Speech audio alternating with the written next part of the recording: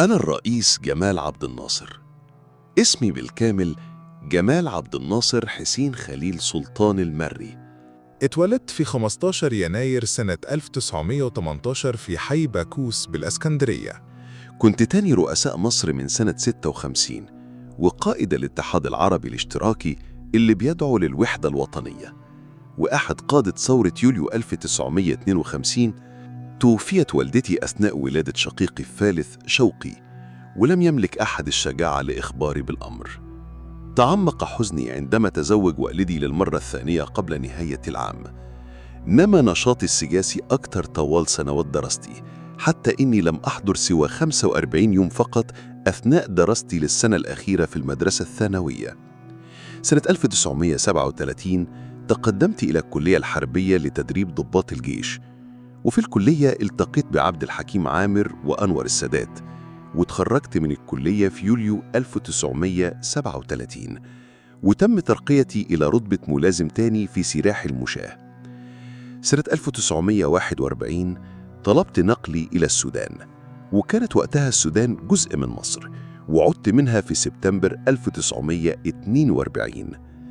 قبلت في كلية الأركان العامة، وبدأت في تشكيل مجموعة تكونت من ضباط الجيش الشباب اللي بيملكوا مشاعر القومية القوية، وفضلت على تواصل معهم من خلال عبد الحكيم عامر.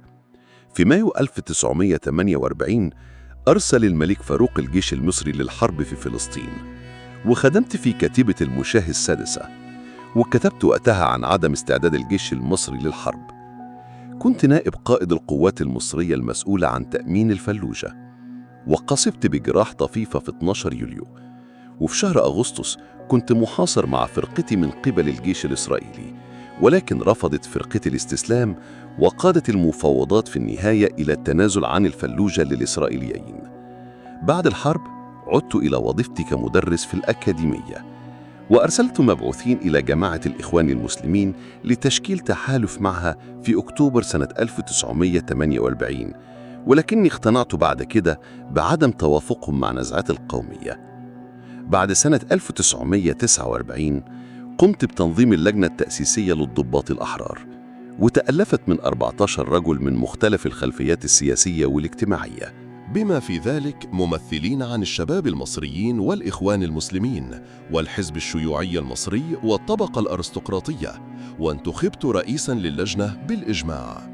رأيت أن الضباط الأحرار لم يكونوا على استعداد للتحرك ضد الحكومة، وظل نشاطنا مقتصراً على تجنيد الضباط ونشر المنشورات السرية لمدة تقريباً 2 سنين. وفي يوم 18 يونيو سنة 1953 تم إلغاء النظام الملكي وإعلان جمهورية مصر العربية، وكان محمد نجيب أول رئيس لها. حكم الضباط الأحرار باسم مجلس قيادة الثورة، وكنت نائباً لرئيس الجمهورية. قمت بالعديد من الإصلاحات، منها قانون الإصلاح الزراعي وإلغاء النظام الملكي وإعادة تنظيم الأحزاب السياسية. لما بدأت علامات الاستقلال من مجلس قيادة الثورة تظهر على محمد نجيب وتقربه من جماعة الإخوان وحزب الوفد، قمت بتنحيته. وفي 25 فبراير سنة 1954 أعلن نجيب استقالته من مجلس قيادة الثورة، فقبلت الاستقالة وحطيته تحت الإقامة الجبرية في منزله. يوم 5 مارس قامت قوات الأمن التابعة لي بالقبض على الآلاف من المشاركين في المظاهرات الداعية لعودة محمد نجيب، وتم فصل واعتقال المئات من مؤيدي نجيب في الجيش.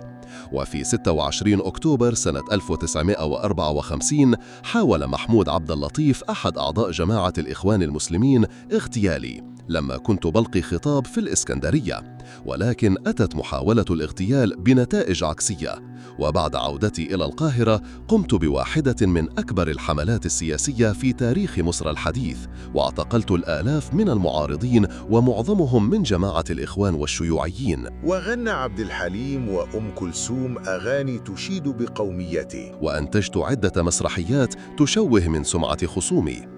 صممت على أن السلام مع إسرائيل مستحيل لأنها دولة تنظر للعرب بازدراء، وهجمت القوات الإسرائيلية قطاع غزة اللي كانت مصر بتسيطر عليه. والحقيقة أنا ما حبيتش المواجهة نظراً لعدم استعداد الجيش للحرب، فكانت ضربة قوية لشعبيتي.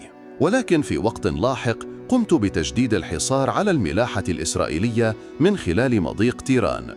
فقام الإسرائيليون بإعادة عسكرة منطقة عوجة الحفير منزوعة السلاح على الحدود المصرية في 21 سبتمبر. بعد فترة انتقالية مدتها 3 سنوات تسلمت السلطة، واصطدمت سياساتي الداخلية والخارجية بشكل متزايد مع المصالح الإقليمية، واحتجت حكومة أنتوني آدن في المملكة المتحدة من حملتي ضد حلف بغداد، فسحبت الولايات المتحدة وبريطانيا عرضهم لتمويل السد العالي. وفي 26 يوليو سنة 1956 قدمت خطاباً في الإسكندرية أعلنت فيه تأميم شركة قناة السويس كوسيلة لتمويل مشروع السد. وفي 29 أكتوبر سنة 1956 عبرت القوات الإسرائيلية شبه جزيرة سيناء، وقصفت الطائرات البريطانية والفرنسية المطارات المصرية في منطقة القناة. وقد أدانت إدارة إيزنهاور الأمريكية العدوان الثلاثي، ودعمت قرارات الأمم المتحدة المطالبة بسحب قوات الدول الثلاثة. وبحلول نهاية شهر ديسمبر انسحبت القوات البريطانية والفرنسية، في حين أنهت إسرائيل انسحابها في مارس. وفي 8 أبريل أعيد فتح القناة مرة أخرى وسط تأييد سياسي لي بسبب فشل الغزو الثلاثي. وبحلول سنة 1957 كنت أمنت كل الشركات البريطانية والفرنسية في مصر. ويوم 21 مايو قام عامر وبدون إذن مني بمحاصرة مضيق تيران، في خطوة اعتقدتها أنها ستكون سبباً للحرب. وفي صباح 5 يونيو 1967 ضرب سلاح الجو الإسرائيلي القواعد الجوية المصرية. وقبل انتهاء اليوم الأول من الحرب كانت وحدات مدرعة إسرائيلية اخترقت خطوط الدفاع المصرية واستولت على مدينة العريش. وفي اليوم التالي قرر عامر انسحاب فوري للقوات المصرية من سيناء والتسبب في سقوط غالبية الضحايا المصريين. ولم أعلم بخطورة الوضع إلا لما استولى الإسرائيليون على شرم الشيخ. استولت إسرائيل بسهولة على سيناء وقطاع غزة من مصر والضفة الغربية من الأردن وهضبة الجولان من سوريا. يوم 9 يونيو أعلنت على شاشات التلفزيون خبر الهزيمة وقدمت استقالتي، فخرج الآلاف من المتعاطفين معي إلى الشوارع في مظاهرات حاشدة، فتراجعت عن قراري في اليوم التالي.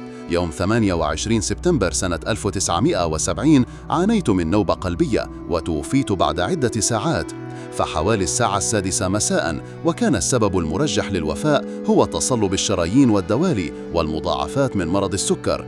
نظراً لكثرة التدخين أنا عمري ناهز ل 52 سنة. حضر جنازتي من 5 إلى 7 مليون مشيع، وحضر جميع رؤساء الدول العربية. وكما انطلقت مسيرة ضخمة من بيروت وفي القدس صار فيها أكثر من 75 ألف عربي خلال البلدة القديمة وهم يهتفون: ناصر لن يموت أبداً.